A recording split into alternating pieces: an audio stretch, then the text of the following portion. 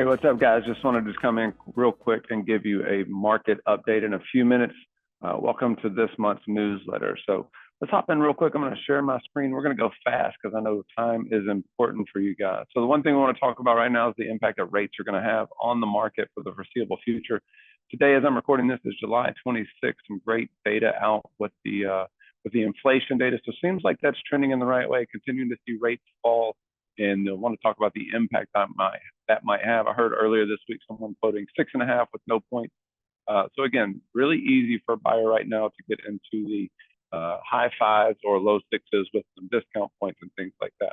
So what does that mean for the market? I actually sent out a text to many of you yesterday and started asking for your numbers year over year for June, July, and August. Because I think what we are looking at is information in the media right now that's talking about home prices. And when June home prices came out, we saw a significant decline in year over year growth. And so I think that that's important to pay attention to. What we also want to pay attention to becomes the foreseeable future of July and August. Those numbers obviously aren't going to come out until August and September. So I want to give you more real-time data. And what we're seeing is a lot of agents had a pretty good June, had a decent July. So those 2 months look pretty good, either a big June and an okay July, or a big July and an okay June. The key across the board really has been the August numbers are significantly down. A lot of projected closings are down. A lot of listings that were taken back in February and March as homes started hitting the market are starting to expire. And we're seeing significant price improvements across the board. And so a lot of agents right now are having price improvement conversations. So what I want you to think about is the terms of the shift, right? When a shift happens, demand falls, right? And as demand falls, inventory rises. And as inventory rises, prices should fall. And as prices should fall and the market gets more difficult, agents exit the business. So those are the 4 stages of a market shift. As agents exit the business, there's more business for those of us in the business. So that's a positive for those that continue to stay. And as prices start to fall, it encourages buyers to then now get back into the market, which then resets the market and starts us off on a new cycle of a buying trend and when it's valuable. And so what I want you to think about is we're looking at the data would not suggest right now that we are going into a healthy season, right? The data would suggest that we should potentially see prices fall, which we all know we haven't seen, but I don't believe that data has been reported yet. Over most of the summer, as a lot of us are having conversations, you can kind of see the price reduction conversation here. And when we look at the graphs, starting to see the number of price reductions that are happening, right? So continuing to see kind of that blue line from the beginning of the year etch all the way up to a very similar spot up here at the peak. And I think we'll continue to kind of see that trend upward. One of the concerns, guys, that we want to be mindful of here is the number of pendings continuing to go down. So that's the red number here in the middle, or the red line here in the middle, right? Continuing to see pendings trend down.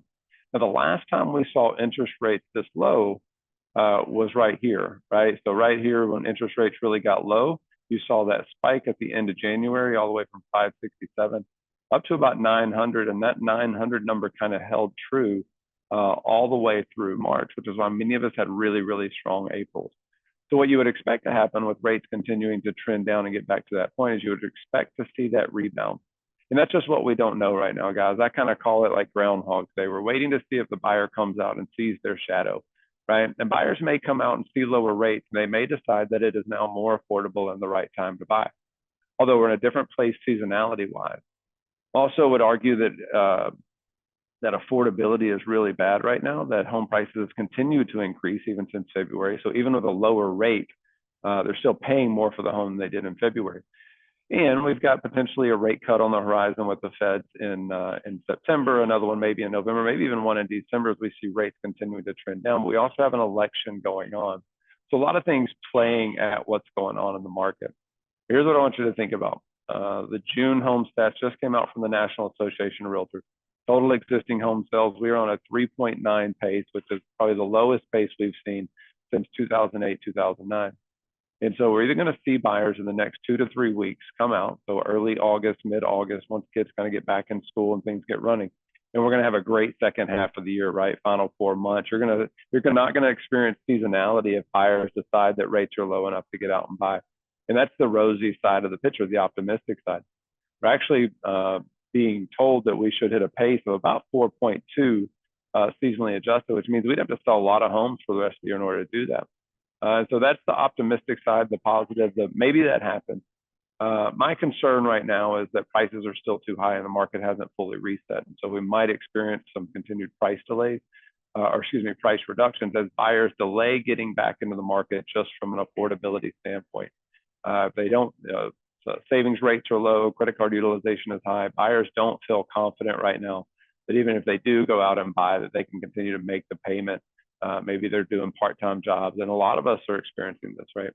And so what I want you to think about is the potential, right? Hope for the best, plan for the worst. We're going to hope that they come out and we have a good run this fall and everybody's able to sell houses. But I want you to be able to be skilled in this skilled-based market and having price reduction conversations with your sellers, because it is potential that buyers don't enter the market, and we need to continue to have the price reduction conversation in order to help the market reset over the next 4 to 6 months, so that then over 2025 and 2026, we really start to reset that market and see another 7-8 year run. So guys, I hope that helps. I know there's a lot of data being thrown at you all at once. Great article or great stat here from the National Association of Realtors. If you get a chance to kind of scroll through it, good charts and data if you really like that type of information. But again, just in summary, what I want you to think about is we are seeing this market slow down right now. Everybody's experienced it. You need the skills right now to be able to communicate with sellers, right? Conversation framework is really going to matter for you guys over the next 90 days, both around the change in the lawsuit, the new contract document, and price reductions for sellers.